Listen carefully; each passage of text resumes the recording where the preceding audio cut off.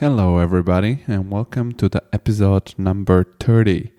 Yeah, right. We already managed to get to 30. I'm so excited about this. There are now 6-7 months we're doing this podcast.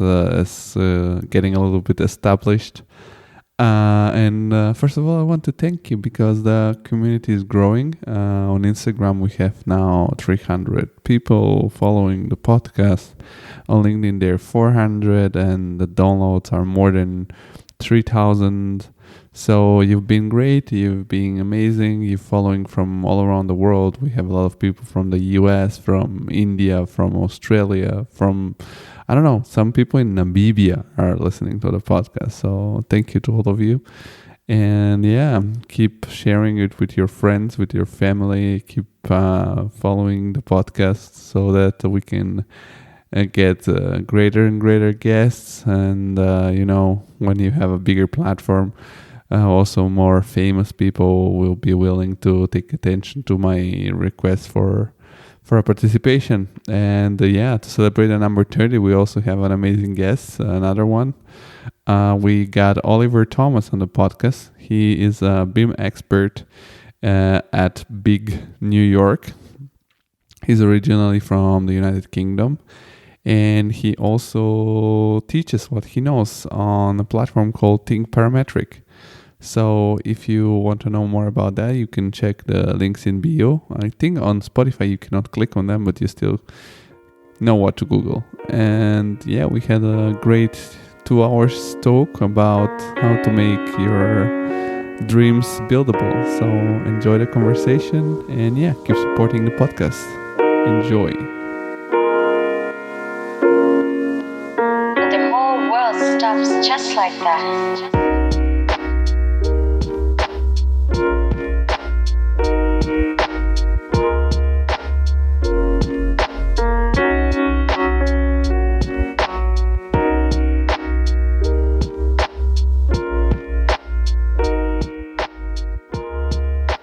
Hello, Oliver. How are you? Good, thanks, Georgi. How's it going? It's going pretty well. Thank you for waking up so early on the weekend to do this podcast. I No, a lot. no problem. Yeah, looking forward to it. I'm always interested to see these kind of creative, focused podcasts grow. So really excited to have a chat with you. Yeah, I'm.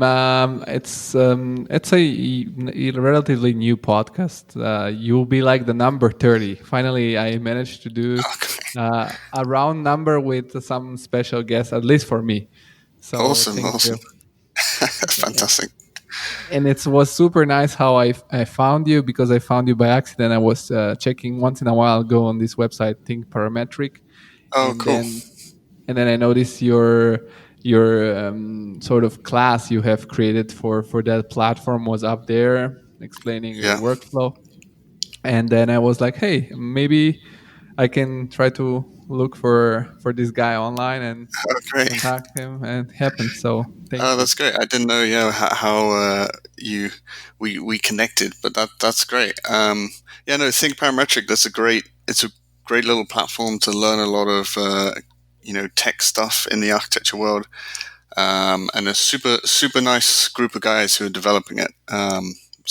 We worked with them early this year, towards the end of last year and the beginning of this year, and it actually just kind of released and came out just before and in the early stages of when coronavirus hit, which I think was kind of a good time because a lot of people were behind their computers and were looking to learn more. So it was a great experience, and it was one of those things that started off my early career so far in teaching online and things like that. So it's great that you came across it. Yeah, I know about them already a couple of years. I think, I don't know who's the main guy, but I think they're Dutch, something like that. One of them is Dutch and the other guy is Mexican. I think they're actually based in Mexico most of the time, from what I understand. Is Rodrigo and Eri. I'm terrible at pronouncing his name, but yeah. But yeah, they have a great little group going there, and it's like you said, it's been going for a little while, and they have some good, overall content. Yeah, and better weather in Mexico than Yeah, the exactly. Netherlands. Good food, good weather.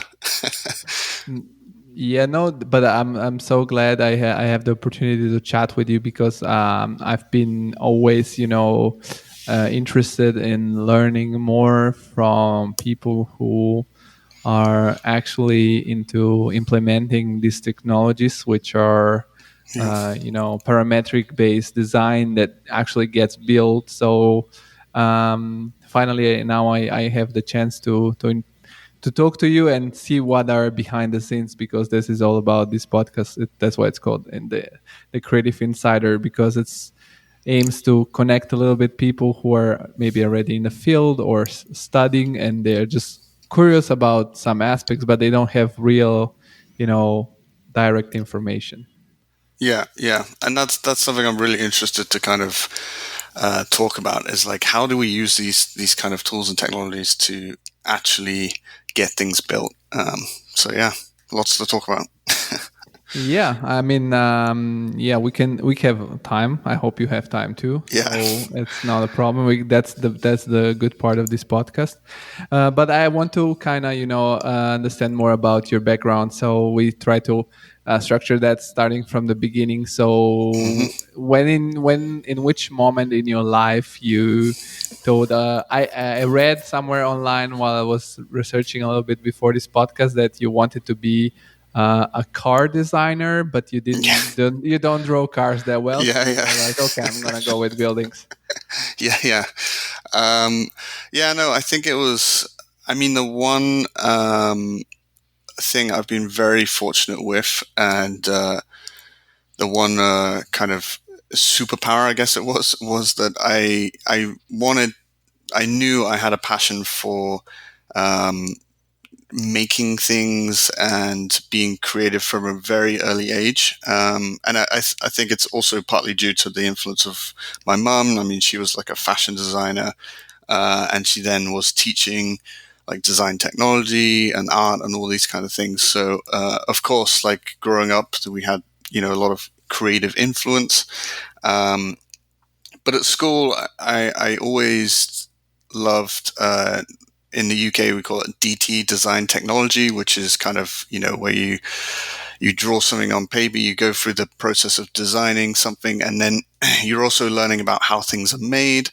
And, you kind of translate that thing into built form in the workshop. And I absolutely love that subject. So it was just super clear that that's something I wanted to pursue. And I was never like I was a very average student in terms of general grades and all that kind of thing. But when we were making things, like some of the smartest people in school, it was honestly like they were just like speaking a different language. They couldn't understand if something was drawn or they saw a picture of something, like how it goes together in 3D or real world. And I can understand how they can understand it. I was like, it's so obvious, right? You just do this, do this. And that's when I realized, like, oh, not everyone gets this as well. And so, yeah, from a really early age, and I knew I was going to be like some form of designer, let's say. And yeah, I did like the idea of being a car designer, but just could not draw cars at all. Like, I was terrible at drawing cars.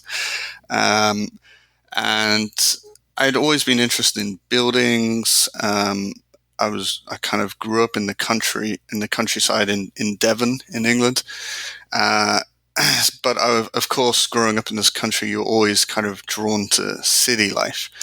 And I used to love going to London, for example, and then seeing all the buildings there, and um, like seeing the different types of buildings, and like the city life in general. I was always fascinated by balconies for some reason. I was like, oh, it'd be so cool to have a balcony and things like that. Um, so yeah, I think I was really fortunate. I mean, by that age, the early teens, I was pretty set on. I knew what an architect did. So I was kind of pretty set on being an architect, and all the subjects that I chose just kind of like, I just went with what I was interested in, and those subjects turned out to be perfect for architecture. So it was like, I think that's one thing I've been very lucky is I had a passion for it. I pursued it, and I knew what I was going to do from a very early age. And I also, tried to pursue it as much as I could. Like in school as a teenager, I would work as a laborer on a building site, just like learning how to build things. And, it's just a laborer. It's a great job for, whilst you're at school and university. So it was like during the summer holidays, I'd do these things. And we'd build what we call like barn conversions and things like that down in Devon and Cornwall. So like you're out all day, you're kind of basically just working out for you're getting paid to work out. And it's pretty good money for, a 16, 17, 18, 19 year old.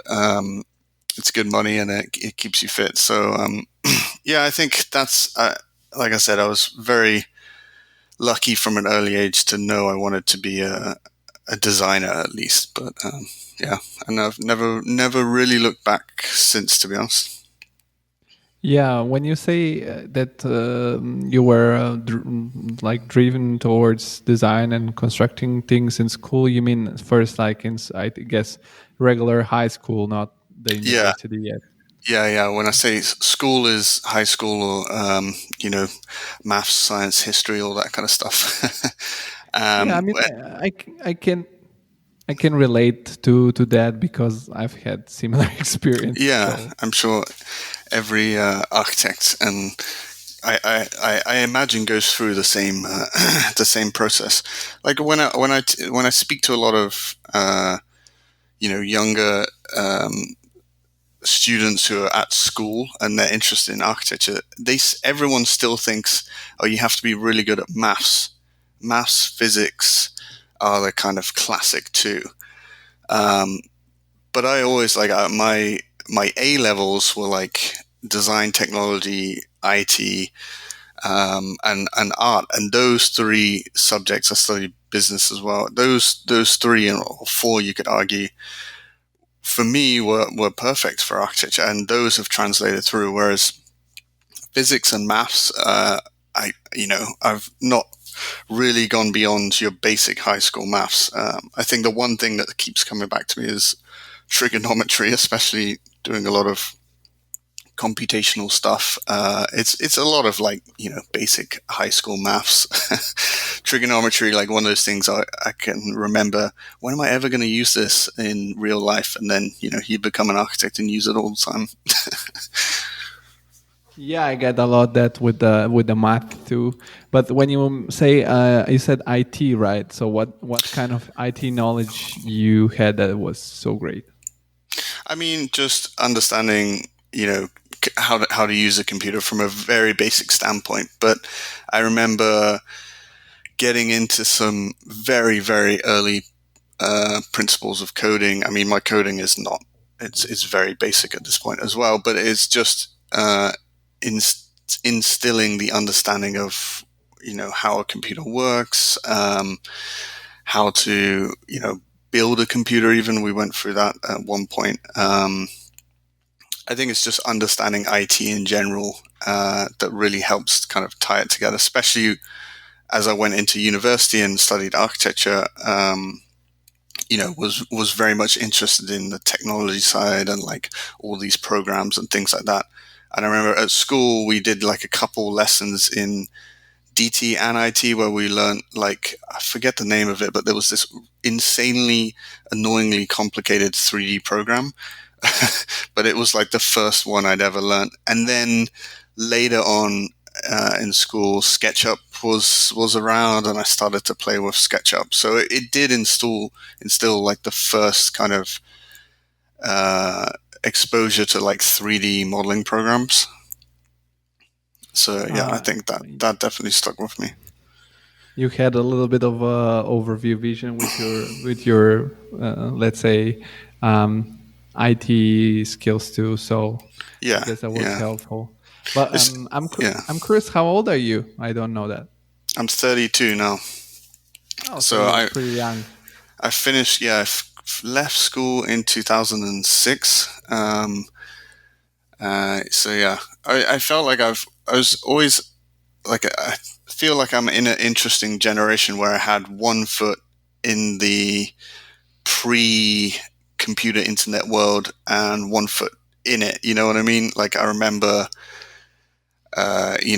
growing up with a computer where we first got a computer in our family. I can't remember how old I was, but I must have been early teens. And like learning how to install a video game and like connecting to the internet with the old tune and and not being able to be on the internet because someone's like on the phone or something. I think it's an interesting generation because you straddled the like tech world, whereas nowadays you just see like kids and like my cousins who are a fair bit younger, they just grow up with the iPad and they instinctively know how to use these things. So yeah, I think it was a kind of interesting generation to straddle the two worlds. Yeah, I have I'm 28, so I got So it's my pretty first much my first computer I got in at around 2001 2002, and I remember also having this same passion about figuring out how to install something, how to play a little bit around. Had like the limited some megabytes per month to, yeah, to exactly. surf. Exactly. So you studied your bachelor at the Oxford Brookes University, it's Mm-hmm. called, right? Yeah. And did you find at the university some classes or teachers that were like sort of further mentoring you into this field of computational design, or you were just because, for example, I studied in Rome in the university in Rome, Okay. Yeah. and then there we had basically the professors were teaching you design, and then they would tell you where to look for Yeah. stuff, Yeah. but then you needed to find your own way. So how Yeah. was your experience? I would say pretty similar. So I did my undergraduate at Oxford Brookes and my part two or my master's at University of Liverpool. And I think I was lucky. Oxford Brookes they're two ends of the spectrum in a way. Oxford Brookes is a newer university with the architecture school like basically got founded at the University of Oxford and then got transferred to Oxford Brookes. And so you actually graduate from the university, the Oxford School of Architecture or something like that. And so it was a very new course, but it was quite well established at that point, and it was quite well regarded as an architecture course. But because of that, it was very modern in that like literally the architecture school was just like an open 2 or 3 open plan floors of computers. Decent, like high-end kind of computers, all the software you could want was there. Whereas Liverpool, I think, is the oldest or one of the oldest architecture schools in the UK. So you're going at it from the other end of the spectrum. And it was much more traditional. There was less emphasis on technology and the use of computers. But at Oxford Brookes, I remember the first year you weren't really encouraged or allowed to use a computer. They made us draw by hand and, do everything, which I thought I got why they do that. I don't really agree with it these days. But because I think my mind started to kind of come up with these ideas and thoughts, but like to draw it, I could draw it to a degree in some forms, but then to model it, like to make a physical model, of course, like you get into really limits of like what and are able to actually build. But no, it was the only thing we really had was like there was a digital design course or something like that. That was one of the modules or the units. I forget what they're called now. And each week we would be given like a crash course in 3ds Max or AutoCAD, Photoshop, like all the tools, but it was really just like, here's an introduction, try and achieve this. Like Photoshop, I remember we had to Photoshop our faces onto something. But outside of that, like some of the design tutors, like you say, they knew these tools and they were able to give us quick advice. But otherwise, it was kind of, you need to go and look into this. And a lot of it was just learning from each other. We did have like a huge open plan studio. So you see someone rendering and you're like, oh, how do you make the texture look like that? Or, how do you do that? And yeah, I think that my first kind of, start in the 3D world outside of like SketchUp was 3ds Max and visualization, like getting into V-Ray and rendering things. So I kind of started off as a rendering guy. That was like my first specialism, I guess you could say, at that age. But yeah, it's mostly learning from each other, right? I think that was the key part. Yeah, I had a very similar experience, but I was a little luckier because I've studied in Italy. Because I'm originally a Bulgarian, but I grew up in Italy, so I'm kind of mixed. Oh, And okay, in Italy, I had the chance to study in it's sort of a high school of arts in Rome. Oh, I see. And after that, it was a 5-year, school. And after the third year, you could pick already, whether we could.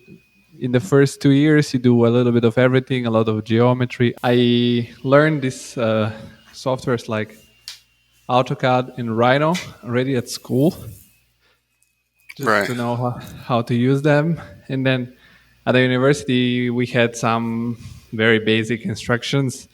And it was about getting, obsessed with something and learn. Yeah. And then you would see someone. I remember I learned Photoshop from some Spanish guy who was in Erasmus. And he told me some stuff. And I was like, oh, that's crazy. So it was super nice. Yeah. And then when you moved to Liverpool, did you have the chance to apply your knowledge into the university there? Yeah, it was definitely a big change because I would say Oxford Brookes was like very design focused, very kind of tech focused. So it was really like more extravagant projects and concepts, like a focus on concept design. Whereas when I went to Liverpool for my master's, it then suddenly got very intense. It was a lot more kind of questioning how this thing could be built and like more real world questions. And it was really fast paced projects. So there was definitely like a bit of a shock. So I had to quickly kind of use that, a little bit of design flair and being able to render and things like that to my advantage, but at the same time catch up with the level of detail projects were and the speed that the projects were doing. Whereas like some of the guys that continued on at Liverpool, like they left undergraduate and some of them didn't even know AutoCAD. Like, so I was like, wow, how can you leave university and you don't, you haven't even been taught the basic programs to kind of work in practice. So that was one that was a little bit of a shock. But at Liverpool, I continued to be interested in it. And that's where I started to read a lot about like digital design, computation, digital fabrication. I was really interested in like how technology would change the way we work as architects and change the profession. As I started to learn Grasshopper, and that's where I was like, wow, I know this is something that I want to learn. And I feel like this is a missing piece from my design process. But, at that time there was like YouTube videos and stuff like that. And I could learn as much as I could online, but you sometimes just need that person to help. And there was like one or two other guys in my year and the year above and stuff you could ask, but Grasshopper is one of those things that you can get stuck on for so long if you don't have someone to just tap on the shoulder and be like, hey, what is going on here? So I was definitely using those tools and things like that in masters, but my learning progression, what I felt was not that quick because I didn't have anyone, like people were coming to me to ask things about Grasshopper, and I was like, honestly, I just know the basics. So I felt like, I could have done with a couple kind of Grasshopper wizards in my year, or like teaching and things like that. But for being good at Grasshopper, don't you need to be good at a little bit at mathematics, and at least on a theoretical level? Because it's sort of sometimes mathematical, I guess. Yeah, yes and no. I don't think, again, like I'm no math wizard at all, and I don't feel like beyond literally simple maths like additions, times, minus, things like that. I'm not using a crazy amount of maths like nowadays, like where I'm doing more complicated things. And when I teach Grasshopper now, I think a nice starting point is to think about how you're going to model that thing manually. So like you take a box, for example, in Rhino, it's like you first click places the box in your 3D world. The second click places the second corner of the rectangle, which is you're defining the width and the length of the box. And then the third click, you're defining the height, right?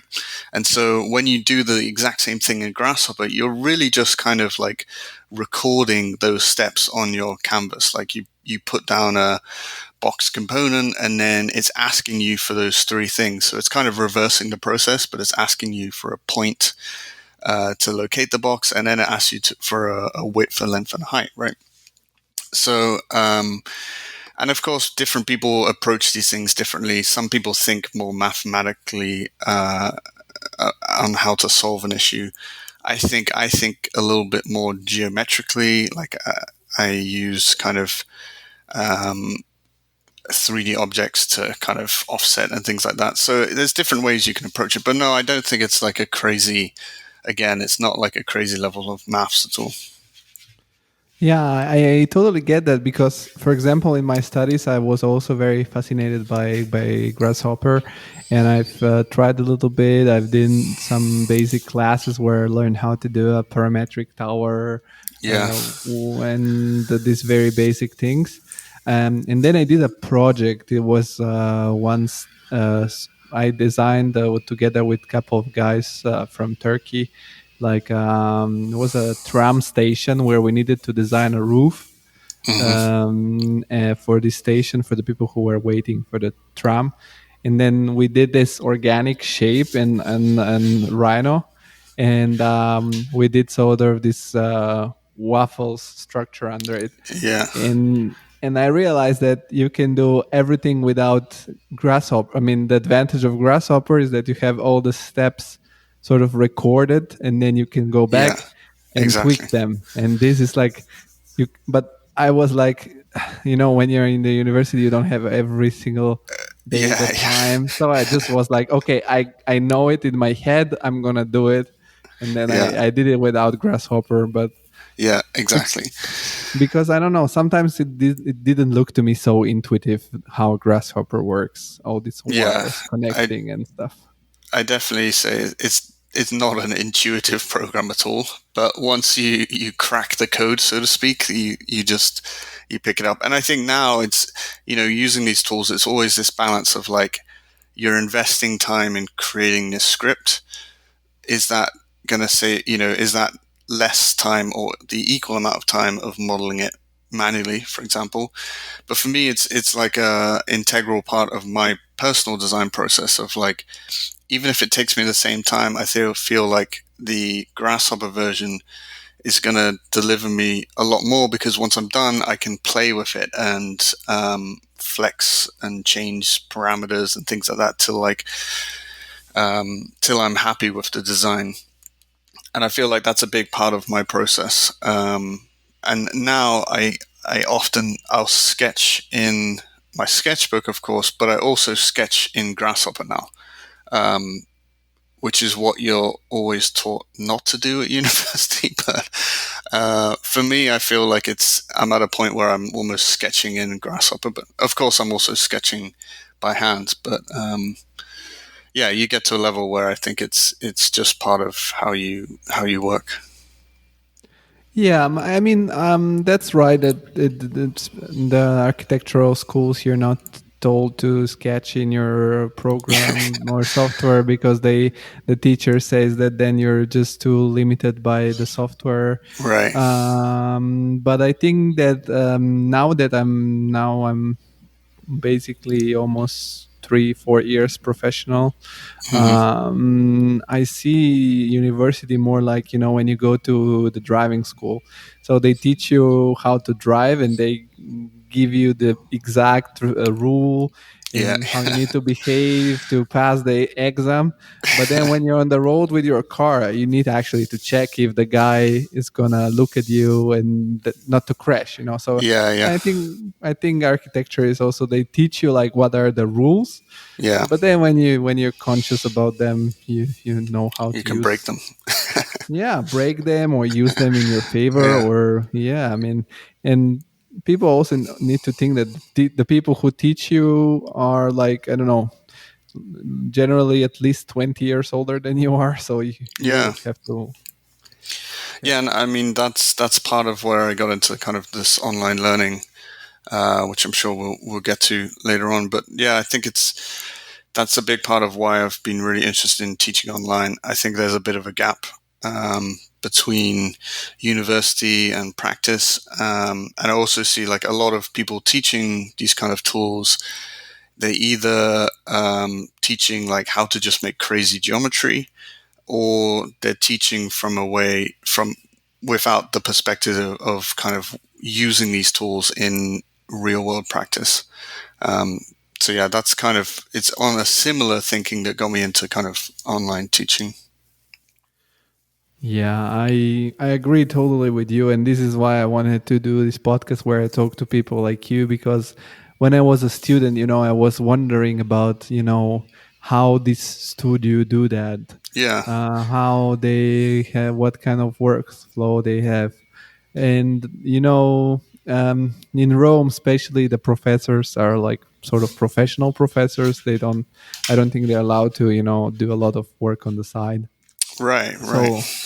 So really, it was very hard for me to find out stuff, and then I would research online and find information, but not, as you say, sometimes you need someone over your shoulder to tell you, hey, Right.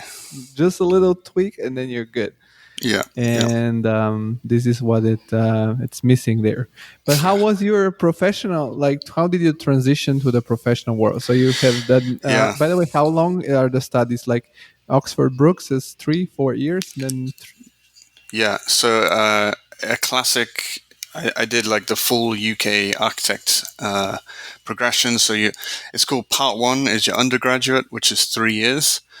And then you're supposed to take a year out in between to spend a year in practice. So your 4th year, you've graduated. You really can do anything. And you're supposed to spend a year in practice. I went traveling and I worked for a bit because it was 2009, like right in the middle of the recession. So it was very difficult to get a job. And then your master's is 2 years. And then you need 1 more year in practice. So you need your master's is your part 2. And then your part 3 is after you have a couple years of experience under your belt, you then take the exam and all the coursework that comes with it. And you pass part 3 and boom, you become an architect. So, yes, 3 years at university, undergraduate, 2 years in master's, and then you need a couple years in practice. And where did you do your first years of practice? Like, where did you work in this? So I started to work in practice during the summer holidays of my master's in London, and like I said, I graduated at pretty bad times. I graduated in 2009, like right in the middle of the Great Recession, or like the aftermath of the Great Recession.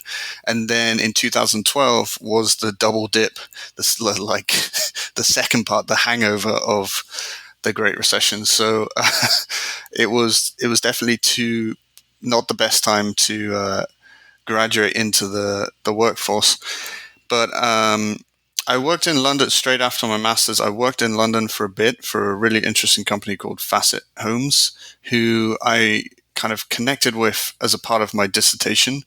And they were making like digitally fabricated homes and completely reinventing the role of the architect. So they were an architect, but they actually fabricated these elements to build the home itself, like these wooden Lego blocks. You could kind of describe them as. So they were like designers and the builders, which was really interesting. But then, shortly after working there for a little bit, I got the opportunity to go to Hong Kong and work for IDAS, who were one of the largest they were the largest architect in the world at that point. And then they're kind of based all over the world, but they were, very much based in Hong Kong, and went over to work there and was working on, like, China was booming around that time. And I was working on very quick pace, very large projects in China, Asia, and the Middle East. And it was like you go from, my friends and people in the UK were like, doing smaller scale extensions for a house, or like very specific stuff. If they went to a larger practice, they were probably working on something very specific. And when I got to Hong Kong, you'd be like literally thrown a 200-meter tower to just like come up with a concept of. So it was like very intense, great experience, and got to work on a lot of different stuff. So it was a pretty traditional transition from university into the professional world, but I definitely did, run into the wall of like, okay, how do you translate these ideas into practice, and like, answer some of these real world questions and learn about how things are built, detailing, and all that kind of stuff. But at the same time, I think that's where at IDAS is where like my Grasshopper knowledge really kind of took off. There was people in the office that I could, help, that could help me when I got stuck, and I could like bug them for knowledge. And I just started to use it because I was just like, this is just making me a more efficient architect. Like the projects were just so fast paced. I thought this is going to help me model quicker at least. So yeah, I thought that was the beginning of that, and it was just a progression from there, really. So yeah, I think that, and that's also like I kept an open mind to travel as an architect, and I went to Hong Kong, and then since Hong Kong, I've never really. I've just kind of been a traveling architect, so to speak. I spent 3.5 years in Hong Kong, which is a great place because you're in the middle of. It's a great traveling kind of node. You can get to a lot of places really quick and quite affordably. But I always wanted to come to New York, and then I came to New York in 2016, and spent a year or two in New York. Then I had to go back to London, spent about a year in London, and now I've come back about 2 years ago to New York. So spent some time kind of traveling with the profession. And that's one of the things, like architecture is very international. Like you can work anywhere. It's not like a lawyer or a doctor, I guess, where you have to translate your credentials into the local standard, especially with law. It's hard to move around with that. Architecture is very, very international, and you can kind of apply it anywhere. Yeah, I mean, here you hit like this is the reason I started studying architecture, because as I told you, I was my background is from Bulgaria, and then I grew up in Italy. Yeah. So I was going to say you've already got a very international like student experience, right? Yeah, because I studied in Rome, and then I came as Erasmus in Germany, and then I stayed. But the thing is that actually, when I was trying to figure out what kind of university I want to go to, and what kind of high school and stuff like that, I wasn't sure because my parents were helping me a little bit, and my mom told me, if you ask me, you look pretty talented at drawing, and you can, think geometrically. And the another part of, like, another benefit of the architectural job is that it's very practical. So the outcome of your work is physical, and you cannot Yeah. just pick up some person that's not capable of doing the job, because you're gonna see Yeah. the flaws in all these other jobs. Like, I don't know, if you're a marketing guy, or if you're a banker, if you're a lawyer also, there is Yeah. no, like, physical product of your work. You can bullshit Yeah. talk everybody, basically. Yeah, exactly. So here you can bullshit talk them for a certain time, and not Yeah. not for forever. And yeah, that's also another benefit. I hope that we will be having a vaccine or a solution to the whole COVID situation, Yeah. so that this traveling possibilities will be open again. Yeah, And no, I think I see a lot of architects talking about COVID and coming up with ideas for it. But we will get over it at some point, and hopefully the vaccine's around the corner. But yeah, it will be a short-term-ish issue. But I think like we're learning a lot from going through this experience. We're appreciating new things, like having access to the outdoors and stuff like that. But yeah, looking forward to being able to travel once again. yeah, I think that yeah, or maybe even traveling more without switching jobs, because Yeah, I mean, now that offices figure out that you can work from home, if they're okay with it, maybe you can yeah, do. that's definitely going to be the interesting thing. I always thought architecture is I didn't think you could do architecture remotely that well. Like when you got to a large practice size. But we've proved that you can now, which is quite interesting. It brings up the question: well, do we need to be in these major cities anymore? Like, really, especially most architecture practices, like you have the partners, which are the kind of the front man who go to these interact with clients and meet people, and they obviously need to be in these major cities. But really, does your practice need to be in it? And you're seeing you still get a lot of practices like Big is mainly based in major cities. Foster's, Zaha's, they're all based in major cities such as London. But you do get like some firms that are slightly more remote, and you see people like Chris Pratchett. I don't know if I'm pronouncing his name. Who's like practicing in the mountains in Austria, which looks super cool, and is kind of an interesting, maybe a new emerging practice model of actually being remote, or like being a traveling studio or something, where you kind of find a place for 6 months and follow good weather or something.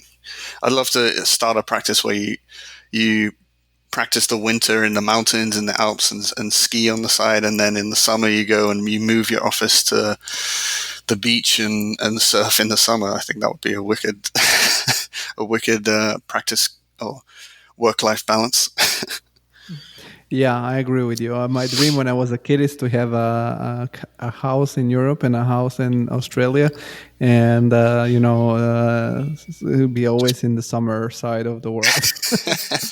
Yeah, I'm a big skier. I love to ski, so I almost envision that, but chasing winters. But I also like to surf as well. So like, I definitely like the winter, and then a proper summer. But yeah, I think that I'd love to live in the Alps one day. I think the Alps is an incredible place. I think you get a lot of inspiration from just the insane landscape that the Alps has.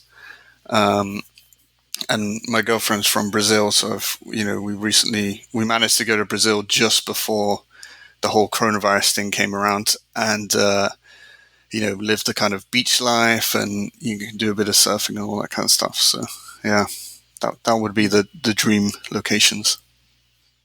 I've experienced a little bit that, because Sofia, where I'm from, where I was born, is in the mountains. Yeah. And I lived 50 kilometers southern than Rome, which is it's a small town called Nettuno, which is my parents' apartment is like 500 meters from the shore, so it's pretty cool. Nice. And if you want to go ski, I can suggest you to also be a little bit. Alps are the main goal for all the skiers, but in Bulgaria there are two very good ski sort of complexes. One is called Bansko. They have a World Cup tour there of ski, and then they have also Pamporovo, which is also pretty good. So if whenever we are able to ski again, you can yeah, for sure, man. I love to kind of test out new skiing areas and things like that. So you mentioned among the list of the big firms that are based in big cities, big, which is also the company you're working currently. Yeah. How did that happen? How did you decide to apply there, or how was the story of that part? Yeah, so I mean, I could pick up from when I left IDAS. So I started at IDAS, and because I've worked for 3 companies essentially. I started at IDAS, where I was very much like a designer, in the trenches, so to speak, working on design competitions, concept level stuff, which was great, and that's where I kind of got that experience for a good few years. And then, like I said, I was kind of like becoming that Grasshopper guy in my team, and that most of my work was being put into facades, and I was like creating scripts to create facades and all this kind of stuff. But I really didn't know how these things were actually built and like how to actually detail them. I mean, like at a fabrication level of detail and like as an informed architect.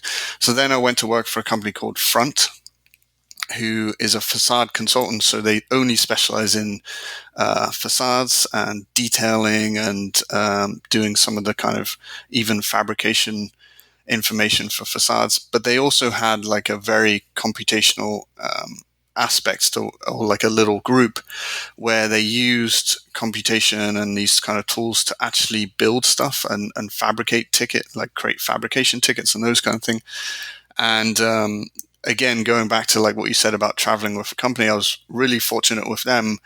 That's what took me from Hong Kong. I joined in Hong Kong and worked there for a few years.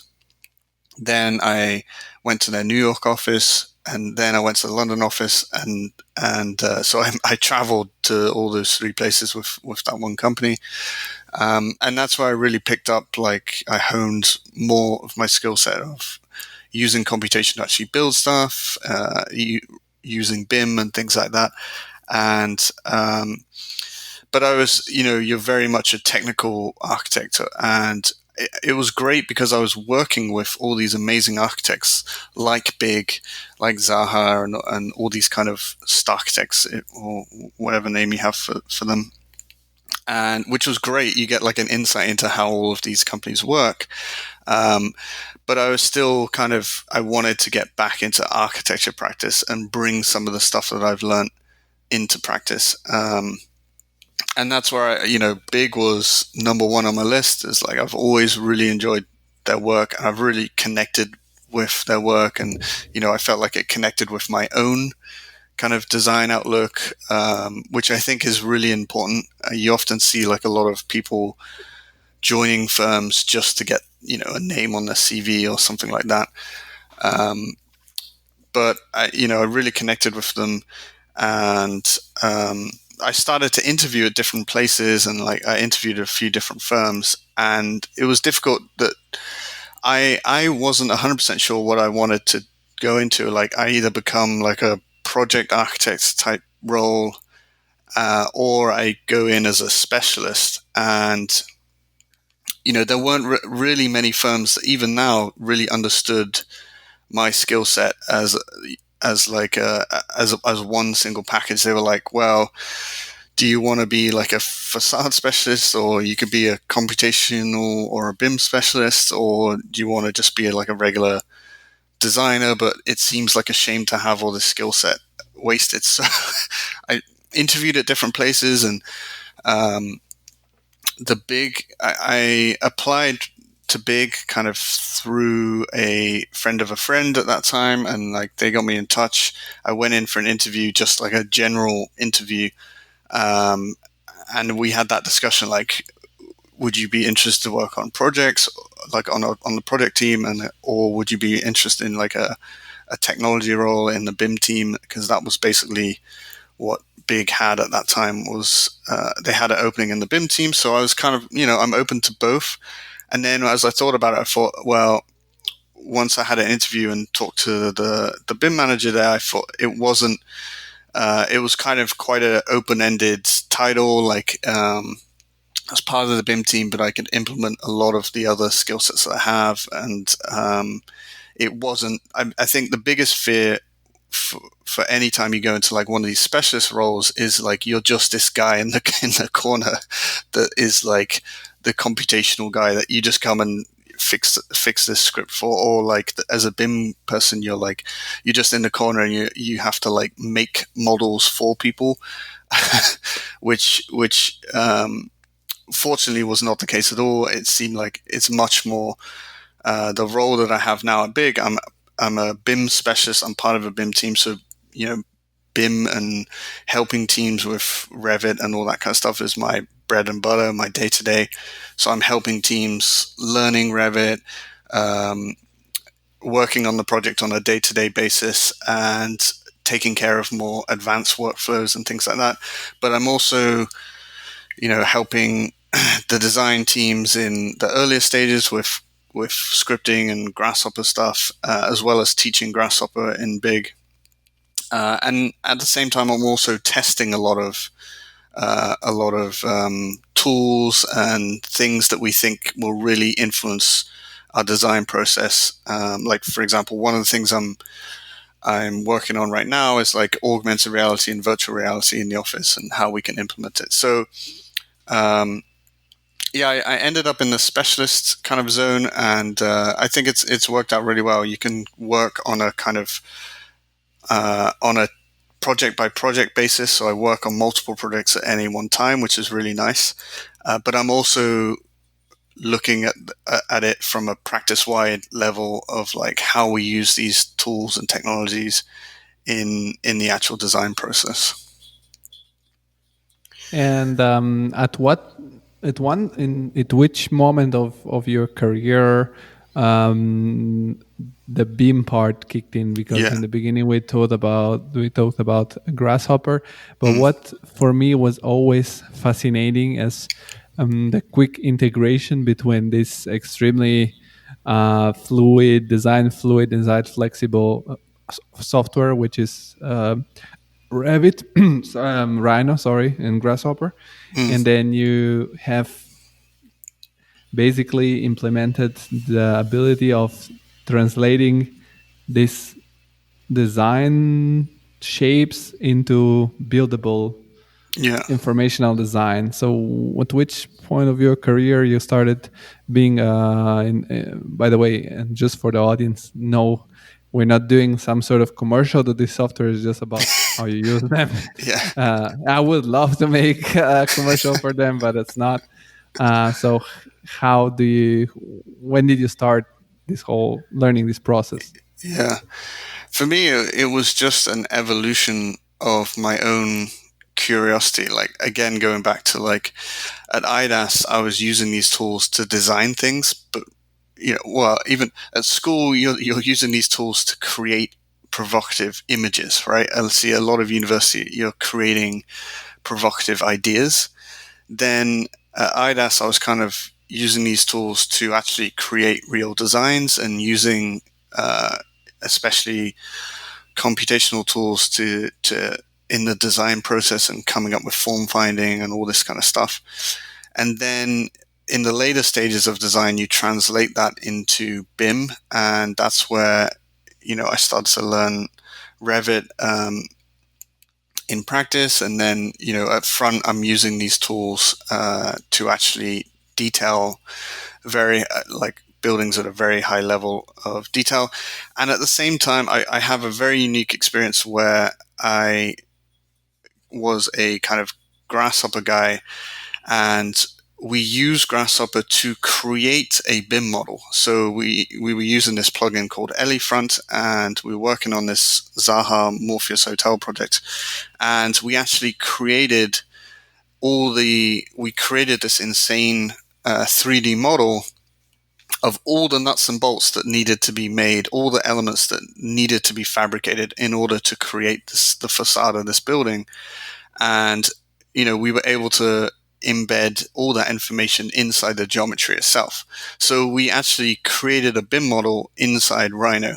And, people don't think of Rhino as a BIM platform, but it is. You just have to put information inside the geometry and it becomes a BIM model. So I kind of got this translation from, we still talk about like computational design and BIM as two separate things, and like you still see specialists who are either BIM or computation, and they still think it's weird that you have both, which I think is kind of weird, because to me it's just like an extension of the same process, really. But yeah, I was kind of went through this process of creating BIM through Rhino and Grasshopper, and then for other projects I was using Revit in a more traditional way, detailing and drawing. And now, especially at Big and with the rise of Rhino inside, that kind of bridge and transition between those two worlds is becoming more and more seamless. So yeah, I think for me, it's always just been an evolution of being interested in design technology. And even now, I just honestly consider myself as an architect that's quite digitally fluent. And we're in an era right now where having that BIM and computational skill set is very valuable, and you're more valuable as a specialist than you are as a generalist, I guess, as a project architect. Which is good for now, and it also frees me up my own creative energy to, explore my own ideas and things like that. So there was no moment where I was like, I want to be a BIM specialist. And I still, or like a facade specialist or a computational specialist. I definitely didn't set out to do that. It's just the way that it kind of evolved. And nor I don't consider myself a pure specialist either. I still very much design. I still very much like play with ideas and things like that. And what I was wondering is how many of you, to call it like this, how many of these specialists you find in an office as big, or within? I mean, I don't know. I don't say within the whole firm, because the company is based in many cities, in many countries. Yeah. But are you the only one in your office that it's? No. So to give you an idea of like the ratio, the New York office is about 220 people, like around just above 200. The BIM team is 3 people. So it's myself. There's the BIM director, Jan Leknik, and then there's another BIM specialist. So there's 3 of us in the BIM team. And then we do also have a computational specialist that's kind of part of Big Ideas on his own as like a full-time specialist. And I also will help out with him when he's like overloaded. So there's three people in the BIM team. We got 1 full-time kind of computational guy, and that's the kind of ratio of pure specialists to generalists or designers, so to speak. But then, of course, you do have designers in the teams that are like very, there'll be a BIM leader or there'll be like a computational leader. There's no like official title like that, but there are designers who are very good at Grasshopper that, can handle a lot of stuff within their project team. So yeah, it's not like I'm the only guy. I'm probably the only one that works between the worlds of computation, BIM, AR, and VR. Like I'm probably the only one that kind of works between those specialisms. But yeah, we have a small group that does this kind of stuff. And in Copenhagen, it's a similar-ish ratio, but Big Ideas is based in Copenhagen, so they have a lot more computational firepower over there. I see. And what I was wondering is if you, like, for example, in a different phases of a project, like say you are doing a competition, if you use do you have always BIM in the role, or BIM kicks in as soon as you need to actually get the project, Yeah. you need to build it? Because, for example, I'm a relatively new Revit user. I've been using BIM before with Archicad, and now I switched to Revit due to my new job, and I found it really hard to use in the phase of a project where you need to make something just look nice. And no, for sure. We don't use BIM until there's never a very defined week, for example, but at the end of concept design and the beginning of like the next stage, SD, that's usually where we'll convert a model from Rhino into Revit, and then that will develop side by side. So yeah, I definitely don't. It's not like in competitions and concept stages we're using Revit, for example. We definitely, and nor do we want to make anyone use it or anything like that. Of course, you want to stay fluid. There's a lot of design iteration, so Rhino and Grasshopper is great for that. But now that we do see a lot more, in general, a lot of competitions now ask for a BIM model. So like sometimes at the end, there'll be a little bit of a conversion. And also with the rise of Rhino Inside, and if you have the skill set, again, if you have that computation and BIM skill set, I personally sometimes use it at a very early stage of a project to help just speed up the drawing process, right?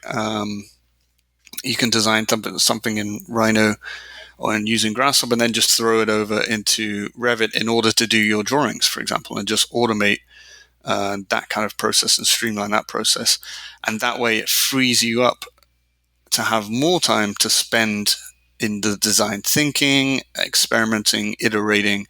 So that's, I think, the goal in the early stage is always, if we can use these tools, that's great, but only if it frees up more time to spend thinking about design and thinking about solutions that will actually make a big impact on the project. So yeah, we're definitely not implementing Revit at the early stage. We very much, most of the stuff I'll work on is in the later stages, like at the end of concept or SD, DD, and CDs. But the, computation and Grasshopper stuff is often in the earlier stages, right? But yeah, we're definitely seeing a bit more of a transition now that we have tools like Rhino Inside, where it's bringing the designers into Revit, and it's bringing the kind of Revit side into Rhino and Grasshopper, which is interesting.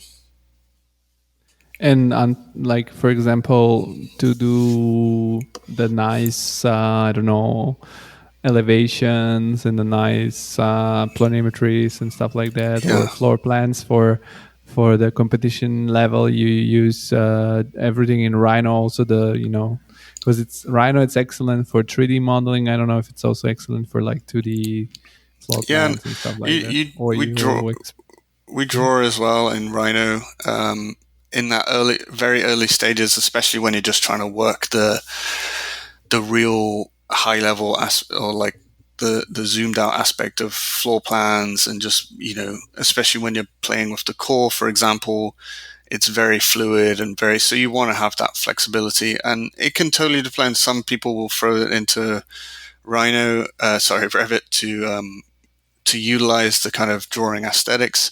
Sometimes we'll just use more traditional like 2D drawing and Illustrator and all that kind of stuff, make 2Ding and all that kind of what I call more traditional early stage drawing, right? I see. And well, this is basically your regular job on a daily basis.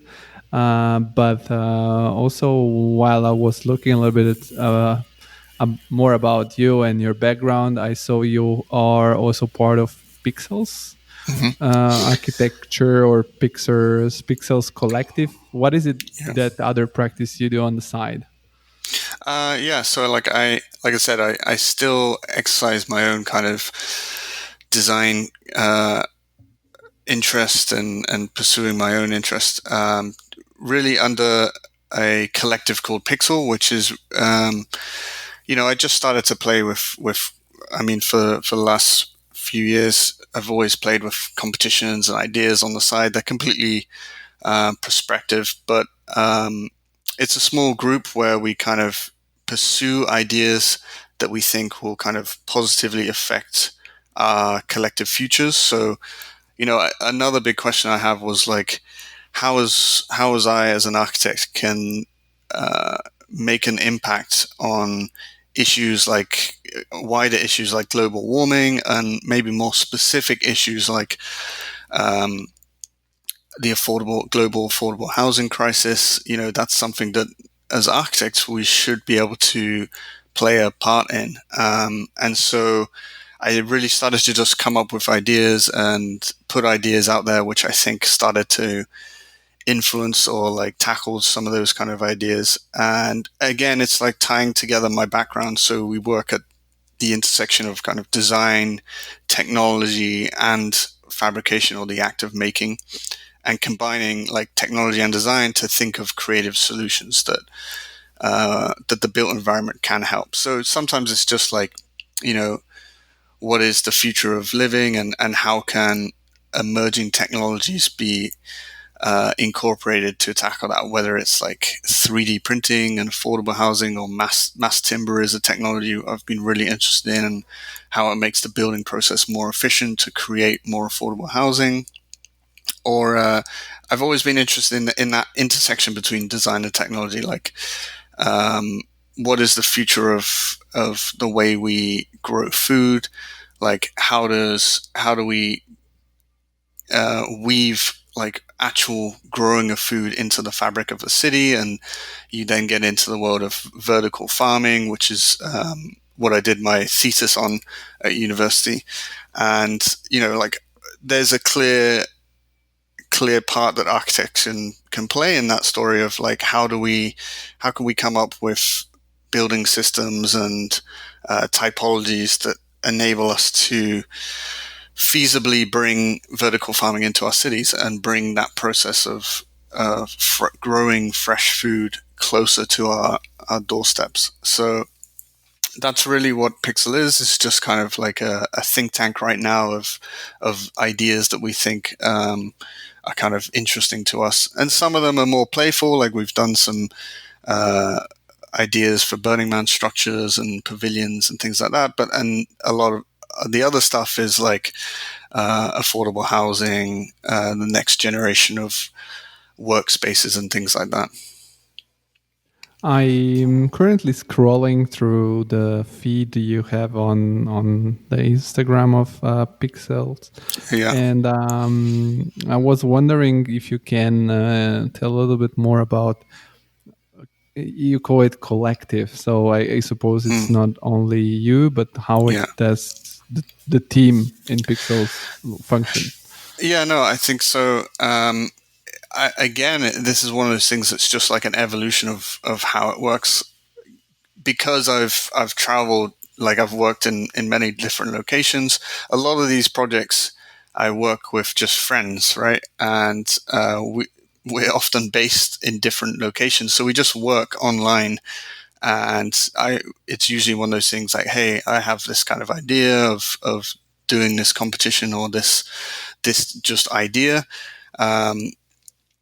Would you guys be who's interested in working on it? And then we kind of just collaborate online and put that idea out there. And then, the next project, it might be a whole different group of people. So it's really just like a loose network of people. And then some are more interested or like have a specialist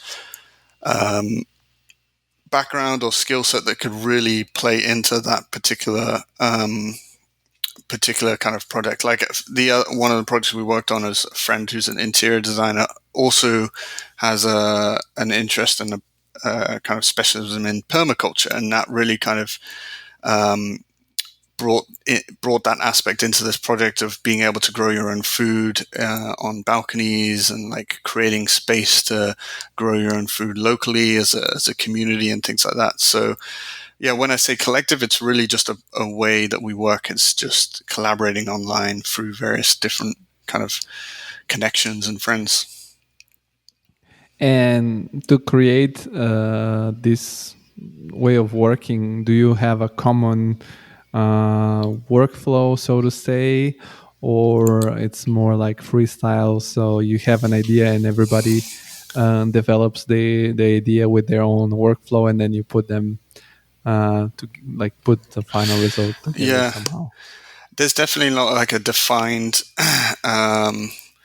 workflow of like, someone just comes up with it's very much like you said, it's a conversation and collaboration. Like people throw an idea out there and then we kind of go through them, debate them. Sometimes we'll pick something from one or two or three and combine them. So it's a very kind of collaborative collaborative like process where we kind of just pick and choose things. But there's at the moment there's no kind of defined stage A, B, C, D of the design process. We maybe have like a defined way of working, like using tools like Slack and tools that allow us to collaborate online more easily, but not like a super iterative, super defined design process. I mean, most of the people that we're working with, we are very digitally fluent. So like we are using a lot of tools like Grasshopper and things like that to speed up our own process. And we often get the computer to do as much work as we can, so we don't have to. Automating stuff like drawing generation and things like that. But yeah, no, it's one of those things, I guess, that's always changing, isn't it?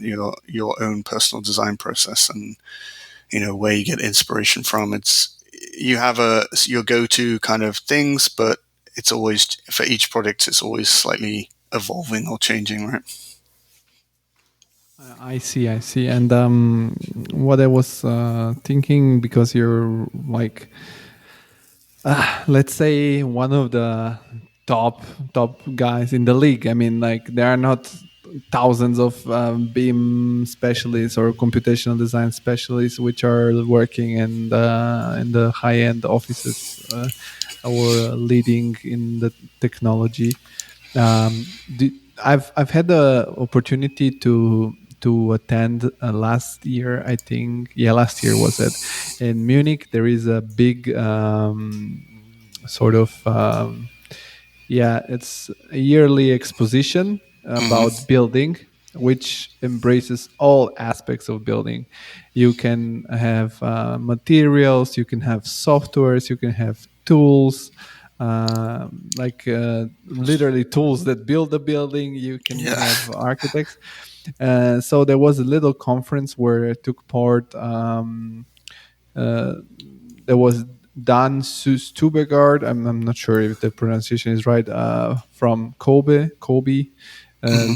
big Danish office, and then there was one of the partners at MV which Oh, are yeah. also like a very computational based Yeah. design office, and they were making a little. The lady of the partners, I don't know her name, she was explaining one of their project, which was this sort of it looks like a block which was sort of eaten inside, Yeah. and then there are the flats. And I was asking her, how do you manage a project which doesn't have a regular floor plan, because you have to design 20 stories, so 20 floor plans. And then she told me that they use some plugin or some some sort of code that Yeah. generates floor plans. And I got a little worried, because I was like, if there are tools that generate floor plans, sooner or later I will be useless. So what can you say about that? Yeah. Like, what is your knowledge about that? Yeah. I mean, it's super interesting. I think there's a lot of conversation about this at the moment. It's, on one hand, I think architects often think that we're immune from this kind of change in the industry, right? Because we're creative. Computers can't be creative, right? But that's definitely not true. Computers can come up with some really creative stuff because they don't think like we do, but they can understand like the parameters of things that you have to adhere to. So it can definitely influence us as architects. But on the other hand, I think it's like I said before, it's not so much like automating us out of a profession. It's maybe more automating the stuff that we don't necessarily need to spend creative energy in doing. Like, I'm not sure the exact project and exactly what they're doing, but you can automate the layout of certain things. You can automate drawing generation, for example, like the act of actual drawing, so that you can, again, free up that time to spend on the stuff that matters, like the thinking behind it, and like the problems inside the core, for example, or, things like that.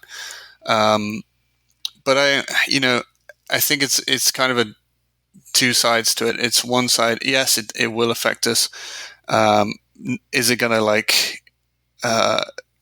mean that buildings will be just generated by a computer? I don't think so. But I think as architects, we do have to be aware of, like, right now, like I did said, there is things like affordable housing crises and things like that. And when you talk to non-architects that ask you about what you're doing, they say, "Oh man, you guys must be working on this." And I'm kind of looking at it like, well, yes and no, but it's not really.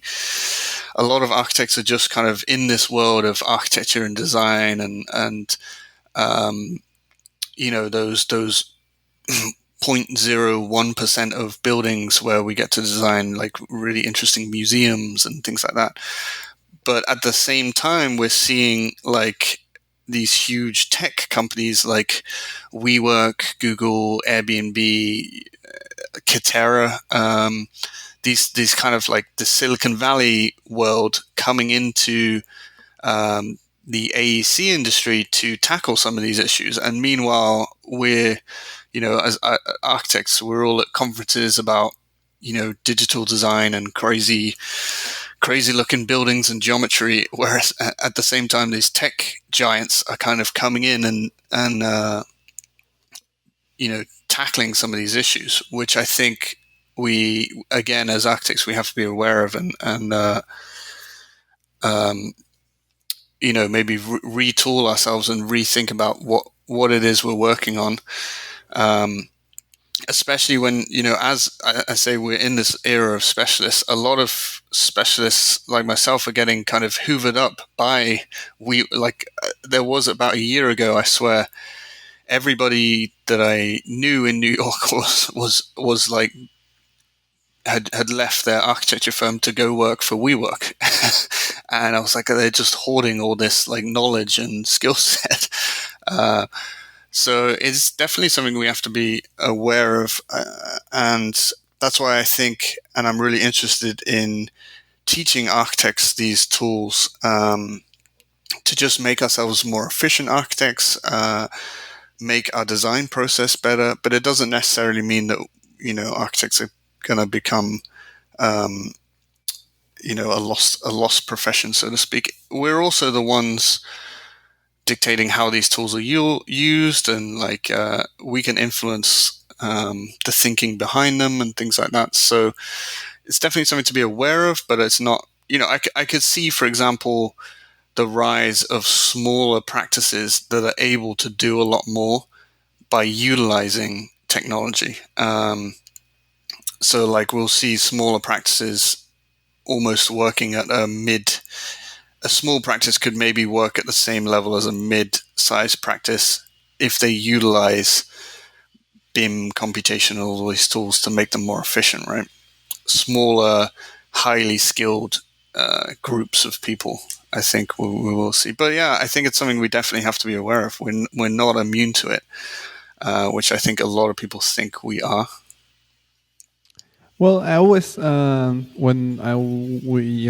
usually in our lunch break at work, we sit together with some people chatting about topics like that. And I always have in my mind, there are a lot of pictures from back in the days when computers weren't part of architecture yet, where you have these huge rooms full of drawing tables and people drawing stuff. And now sometimes I'm sitting in my office looking at my team where we're literally like 4 people or 5 people or whatever, like this very small amount of people which are building this. We're designing buildings which are huge. They're like enormous. They're skyscrapers or huge, universities, offices or whatever. And I think, okay, why people are still believing in this thing? Computers already killed, I think, a lot of jobs in the architectural field, because if back in the days you would need 50 people to make one building, I don't know, I'm just making up a number, and now you need 5, you killed, I don't know, 45 people's job. And I think there is an aspect of that for sure. But I think at the same time, it opens more opportunities for architects to venture into, I think. I definitely do. And we already see smaller teams working on bigger projects. And I think we'll probably see that. But we're also seeing we're all, like I said, we're all competing to work on that 0.01% of projects, right? Of the museums, the towers, those kind of landmark projects. I think at the same time, technology will open its doors to tackle those bigger issues like affordable housing, building in general. And, we're also seeing a lot of I think what would be beneficial is that kind of entrepreneurial spirit in architecture. It's very much, you go through university, you do a really great project that gives you a great portfolio that enables you to get a great job. And I think what will be interesting is to see architects maybe coming out of university and thinking a bit more entrepreneurially. And you see that now, a lot of people I see students studying online learning about going through university, or people like yourselves creating podcasts and things like that, to spread this kind of interesting information. So I think when one door is slightly closing, another one, it's opening other doors to kind of spread out. And it would be really interesting I think it'd be more interesting to see a lot of little practices taking on a lot of individual projects rather than like these big, these large firms that have many people working for them, tackling many projects. Maybe that's the transition we'll see, is less kind of really large architect firms and more smaller ones that are able to kind of compete a little bit, which could be quite interesting. Yeah, I mean, we have a lot of opportunities and tools to explore as architects, and especially now, also smaller practices can have basically the same technology as a big practice. That's definitely a big opportunity. But when we were talking now, and you were talking about something that it's also very important for myself too, like you're having pixels on the side, or you're part of pixels on the side to keep up your creative skills, sort of, or to be in creative charge of energy. something. Yeah, so to be just in charge on something that you care about. How do you manage? Because I mean, being an expert in this field of computational design and BIM, does it make it more than 9-to-5 job? Because every architect know that it's not a 9-to-5 job. And how do you, in percentage, how do you balance? I know you have a girlfriend also to work at one of the top of the chain I think architectural studios, having pixels and having a personal life. How do you do that? It's not always a perfect balance, right? And it's not. I've been working on this stuff for a while, so it's really just picking times where you do have a bit of extra free time to kind of pursue an idea on the side. Or like, in between jobs, there's always like a bit of free time where you can really pursue.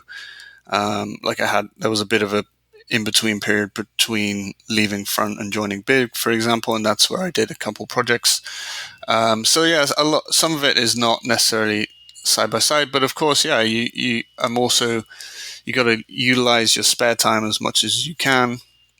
And, a big part of it is working efficiently. Like, a lot of these projects, I'm utilizing tools where the computer's doing a lot of work for me. And that doesn't mean like it's not like I'm setting up a script and then I go to work, and when I come back, there's like 100 different design options for me to choose. And it's more like, can I just not draw a plan line by line? Can I just automate that through Rhino and Grasshopper or Revit or something like that?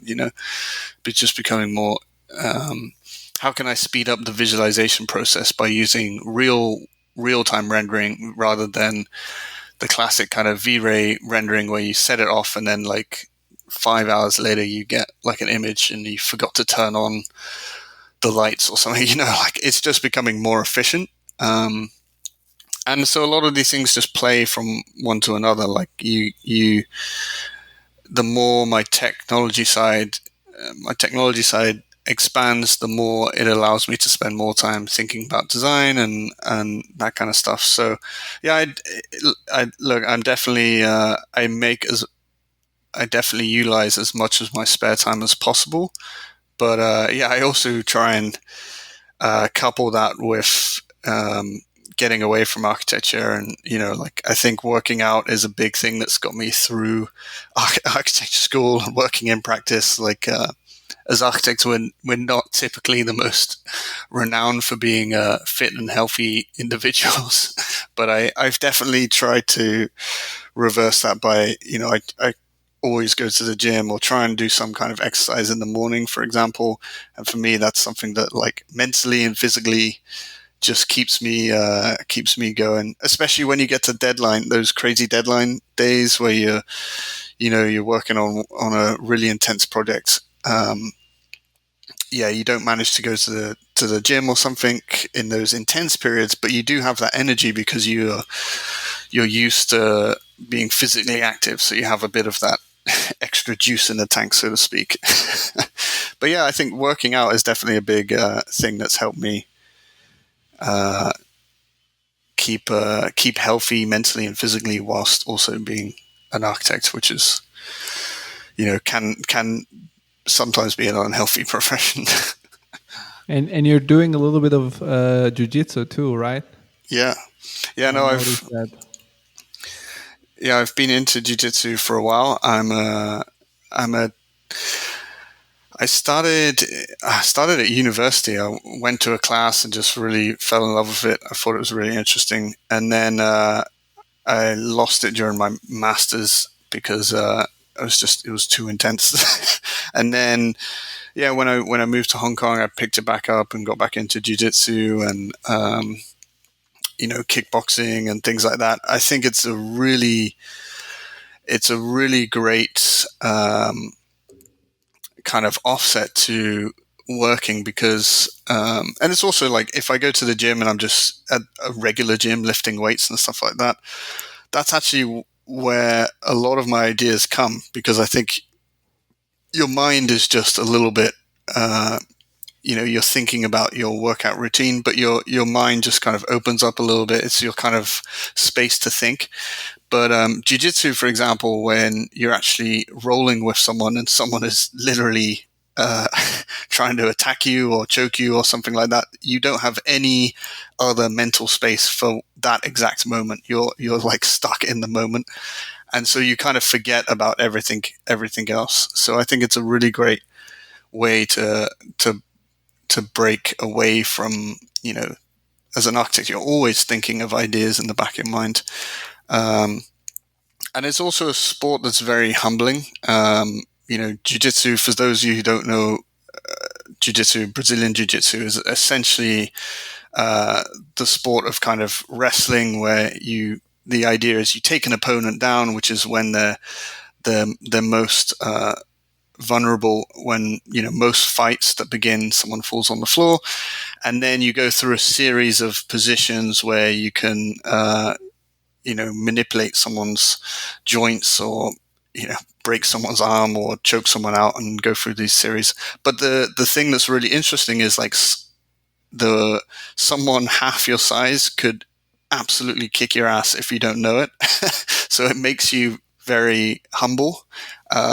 And like a lot of jiu-jitsu people I find are very down to earth people. Are really a lot of really interesting people as well you meet in the jiu-jitsu world. So I haven't met a lot of architects through the jiu-jitsu world, but maybe we'll see more.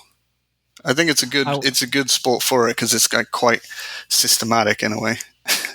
Yeah, that's what I was thinking. It's funny that you're practicing it because it's sort of an algorithm to fuck up someone. Yeah, exactly. I was considering starting, but COVID kicked in, and I don't think it's going to be the best. I mean, I haven't practiced jiu-jitsu for like well over a year at this point because of COVID, and then I was taking a break just before it as well. So and it is the anti-social distancing. It's a very close quarters sport. So that will be interesting when and how it does come back. Like I see people doing it online and stuff, but it's very, very difficult.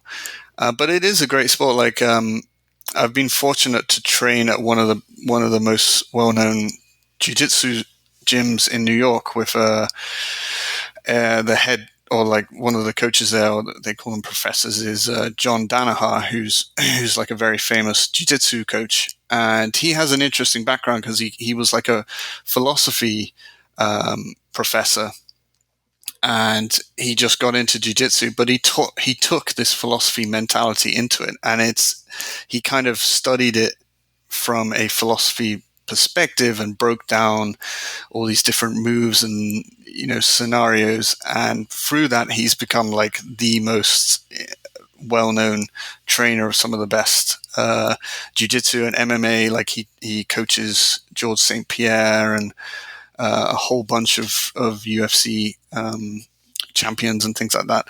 And I did get talking to him, and he was like, he said the same thing, like, oh, an architect's quite a good profession to be in as a jiu-jitsu kind of athlete. So yeah, it is quite good. I definitely recommend it. But at the same time, it's definitely close quarters, and you can often get a little elbow to the face by accident and things like that. But it's a great one for architects, I think. Yeah, I was into it because I'm a huge fan of Joe Rogan. Another podcast. Yeah, I'm a big fan as well. So he talks a lot about jiu-jitsu, and then there was also Jocko Willing, the SEALs guy. He yesterday tested positive for COVID, did he? but asymptomatic. So it was like, of course, COVID's gonna die inside his body. Yeah, I was gonna say, I'd be a bit worried if something happened to him. Yeah, I'll be like, if he was feeling sick, I would be like, okay, that can basically hit everyone. But I do find you get some really interesting characters in the jiu-jitsu world, and it's odd because like when you work out, it's you roll with these people, and you just see them like they're just a regular guy or girl on the mats, and you talk jiu-jitsu stuff, but it's often not until like a few weeks after training with them, you're like, so what do you do? And they're like, I do this at NASA. And I'm like, oh, right. Okay. That's, or like, they're like, really interesting. They have like some really interesting kind of specialism or something about them. So you often like meet some really, really interesting characters for some reason. Now it popped up in my mind. I was thinking when you were moving to the US, it's a completely different topic than jiu-jitsu, but was it difficult for you to get a visa to work there, or it was easier because you were a job offer? Work? You could do a podcast just on visas in the US. It's unfortunately there's no a link or agreement with the US and the UK, so there's no specific visa coming from the UK. But yeah, one thing of working in the US is the visas, unfortunately, and for sure there's a whole. Whenever you talk to someone about visas in the US, they'll give you all these letters like a J1 or a H1B or an O1, which is basically just referring to like all these different types of work visas. But it's definitely something, if you want to come to the US, you have to obviously go through. And I've had 2 different work visas. One that was more, when I first came over, was more short term, and like it was for like a year and a half max. And it's a lot of people can get it. It's called the J1, and a lot of people can get it fairly easily. You always do need a job offer before you come, and you have to go through a bit of a process, but it's relatively quick. And then the second, when I came back and worked for Big, I got a more a longer term work visa. But again, you have to get the job. You have to collect all the information about you, which is like your passport and all those kind of documents, but you also got to put together your own accolades and CV and your portfolio and all that kind of stuff to prove you're worthy of a visa or whatever they see it. And honestly, that's also, being a specialist helps a lot, because you're also a specialist, right? You're not a generalist. But yeah, unfortunately, it's one of those things. Luckily, I went through it and I got the visa, but it was not an easy process. It was not a short process either. It took a lot longer than I thought to get the second one. But it's possible, though. I think that's, people are often deterred by the fact you have to go through a visa process to get into the US, and like you would if you wanted to go to the UK, and all, the same is for many other countries. Hong Kong was the same. It's just a lot easier. As long as you get a job offer, you pretty much have got a visa. But it often depends on what the countries you're from. If you're lucky enough to be from like Canada and Australia, they have like work visas specific to come over to the US, which are very easy to get. If you're in Europe, it's very easy to come and work in the UK, and vice versa, right? Until Brexit happens, I guess. But unfortunately, it's one of those things. But again, it's having a unique skill set definitely helps to do that, right? So if anyone's interested in it, I think having a BIM and computational skill set, or some other skill set that makes you a generalist but also a specialist, really helps, open doors to traveling and different opportunities and things like that. And I was thinking also, because we're talking about a little bit also lifestyle beside of the pure creativity in architecture. I was considering moving to New York also. A couple of years ago, I was considering to apply before coming to, I was planning a holiday. I was thinking, okay, before I go on a holiday, I'm going to just send my CV and also, portfolio, and tell people, okay, I'm going to come in New York. So if you like my work, you have also the opportunity to meet me in person, although I'm in Europe. That's a good way to do it, I think. And I was thinking, because I was reading a little bit about New York and about this opportunity to go there, and I was thinking, do I want to go to New York just for the matter of being in New York? Yeah. And I don't know how livable New York is, because it's very expensive. So I read, no matter what you work, at first you're gonna get a shithole, because it's like impossible, and then you're gonna be spending a bunch of money on that thing, and then so how? And first of all, I don't know. I don't want to ask you numbers or stuff, but are you paid well enough to be out of a shithole? And how is this part of living in New York? Because everybody has this romantic, imagination. Yeah, exactly. So I think you're right. Any city like London, Hong Kong, and New York, it's not a cheap place to live.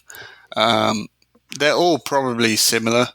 I think New York is probably a little bit more expensive, all in all.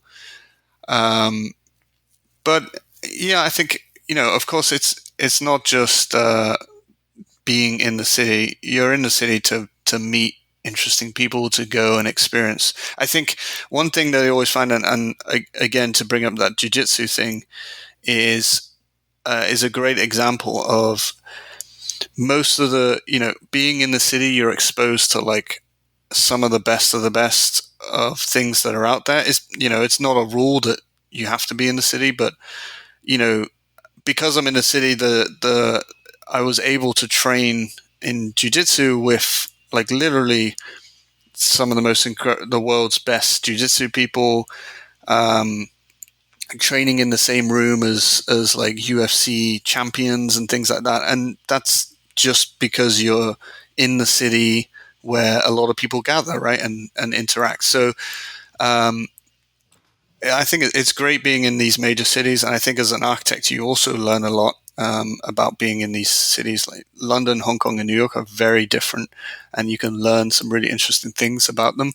But of course, it comes with a price tag, right? And for sure, as architects, look, we'll be honest, it's when you compare ourselves to other professions like lawyers, doctors who go through the same, finance people that go through significant education, we're definitely nowhere near the like salary levels of those professions. So as a junior, for sure, when I started this, I was, in these small box apartments.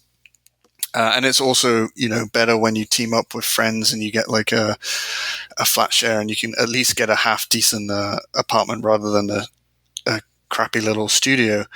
But I think as you the more experience you get, obviously you become more senior, and then obviously your pay rises from there. And also being a specialist helps in that department. You bring with yourself a specialist skill set, so you get as a specialist you get a slightly higher above salary than if you had the same amount of experience as a regular architect.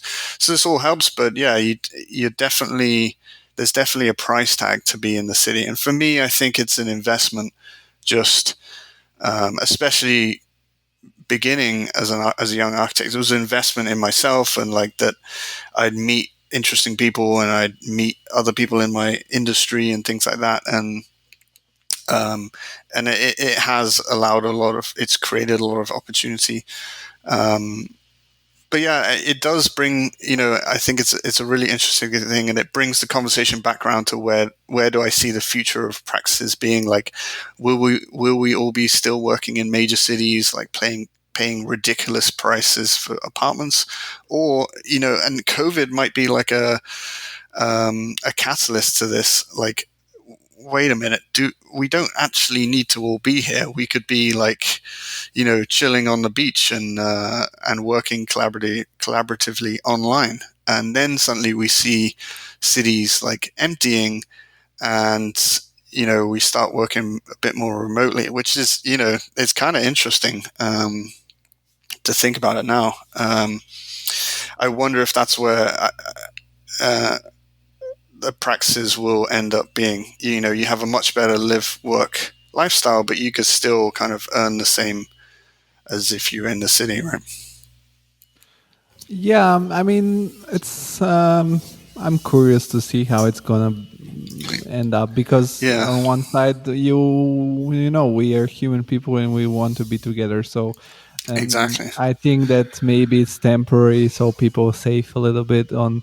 I mean, some certain part of the society will be fine. I mean, I imagine if I were family man with kids and stuff, I would love to be more a little bit where it's more spacey. But if I'm single guy in my 20s, I want to be in a big city where exactly, you can have different experiences. So I think it will be more flexible probably in the future.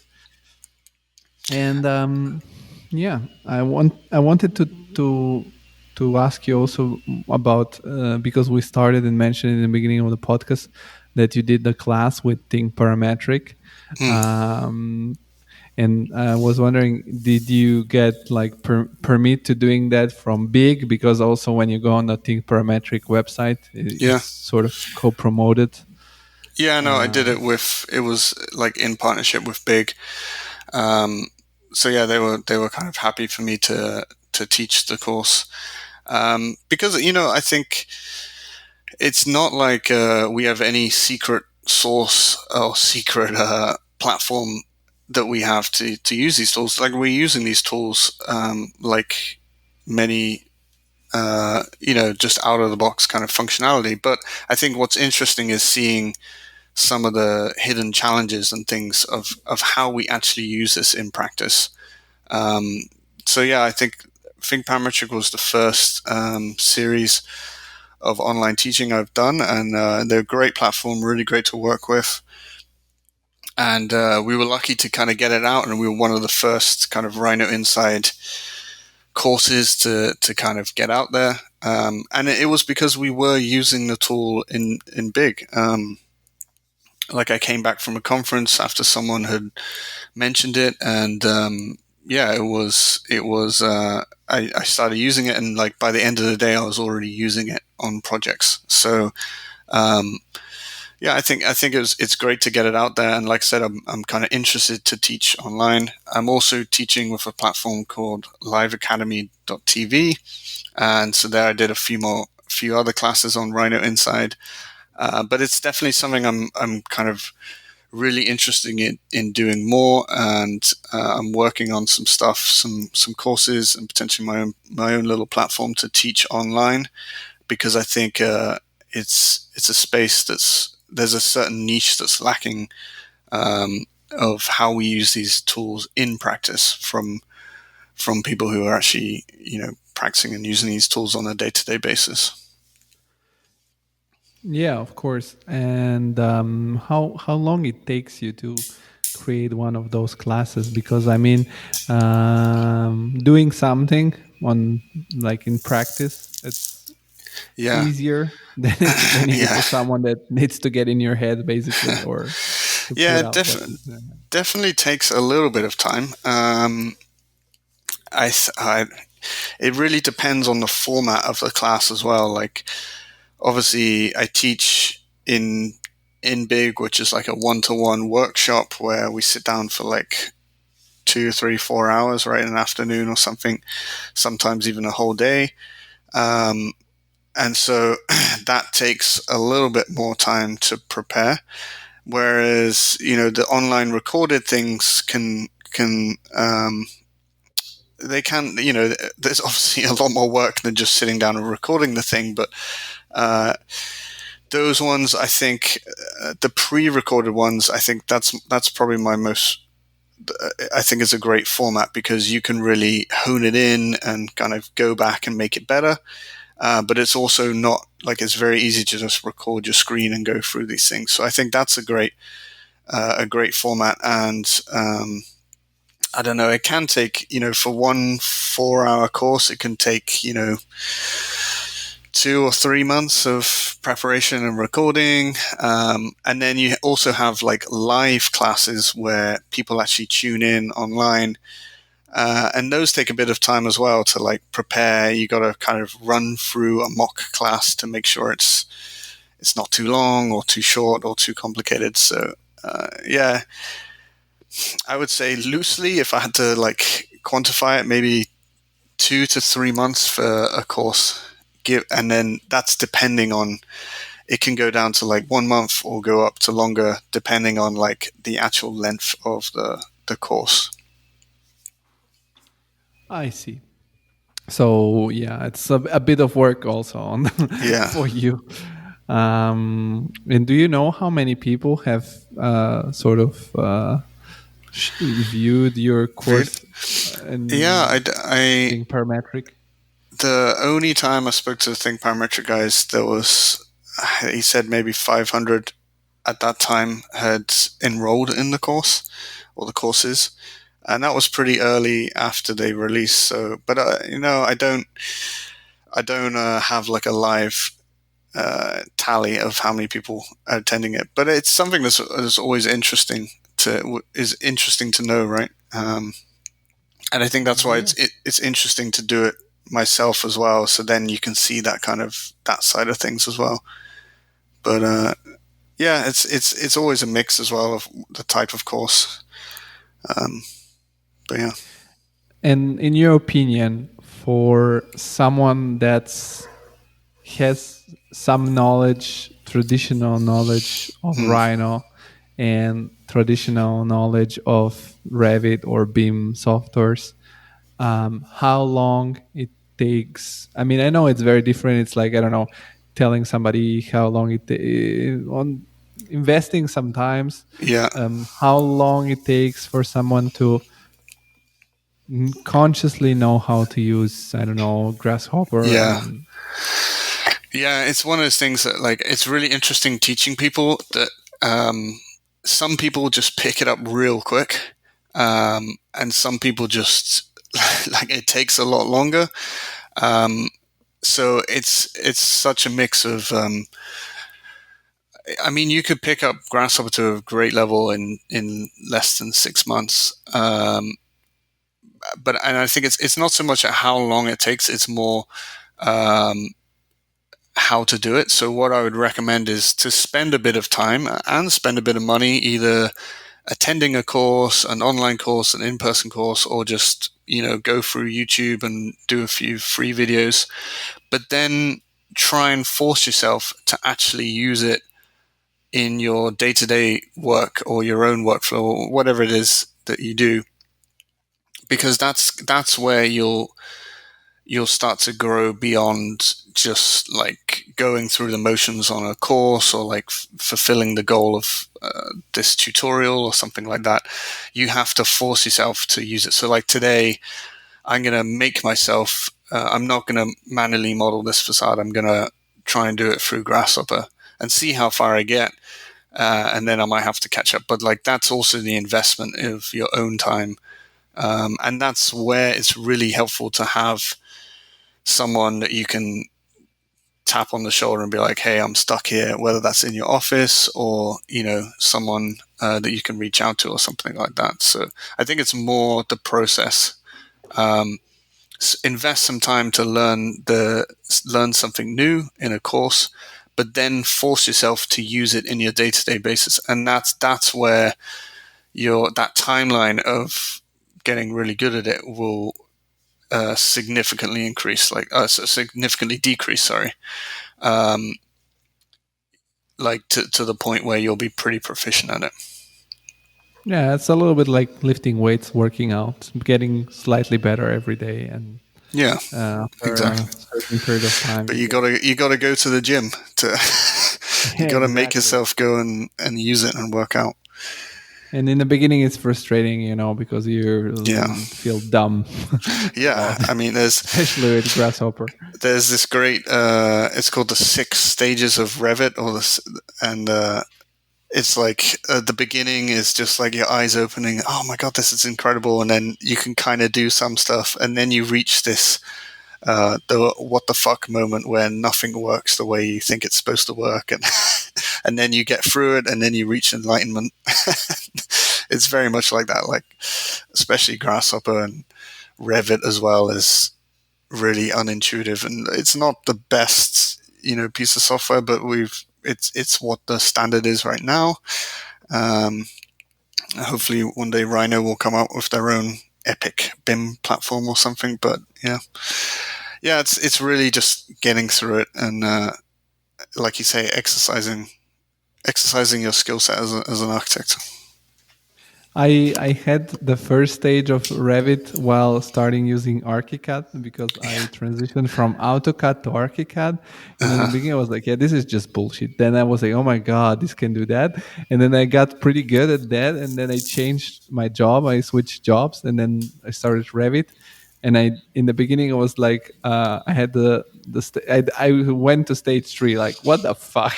This is very hard to use, and very, very like, every single thing, every single little change you need to do, it's like 25 steps. I'm like, really like. And it's funny. I also see it in like. Because we train a lot of people in the office in Revit, and you can literally see the evolution of like, oh my god, I love Revit, and then like a couple of weeks later they come back and it's like, what the fuck, this is so stupid. I don't get it. And there's something frustrating with Revit. There's some guess that if I use Revit for big, or I use it for another company, it will be also a little bit. Yeah, different people use it different ways as well, right? So, it's a bit of a mix, but you cannot say, oh, now you can say it kinda, but you still need to learn like then how they use it. You can do that also with I experienced that with Archi-CAD because I worked in 2 different offices with Archi-CAD, and it was like so frustrating. And you have it, and then you get you have to be very flexible mentally because you have your own workflow, and then you want to implement your workflow, but the people are like, nope, we don't do it like this. We do it like that. And but it's very, very fascinating, this side of architecture, actually converting an idea into a buildable design in an efficient way you do it. So it's a real pleasure having the opportunity talking to you, and you have so many different aspects of your character and of your creativity we could be discussing here for very long hours. But it's your Saturday. It's your Saturday. I don't want to take you away from your rest time, your workout time, from your whatever you want to spend your time like. So No, not at all. It's been a great conversation. I think we've covered a lot of interesting stuff, and it's really exciting to see platforms like your own kind of continue to expand and grow. I think I'm a big fan of the Joe Rogan podcast. I feel like we're missing like an architecture version or a creative version of that, right? Actually, I was thinking that it would be cool to see Bjarke Ingels on the Joe Rogan Experience, because I think he's the only exciting architect that could handle the craziness of Joe Rogan. Exactly. Yeah, I've thought that as well, but I was like, and he must have the contacts to do it. Yeah, I'm curious. If next time I see him, I'll say, hey, you should go on the Joe Rogan podcast. The alternative is just to grow this podcast as much as Joe Rogan's.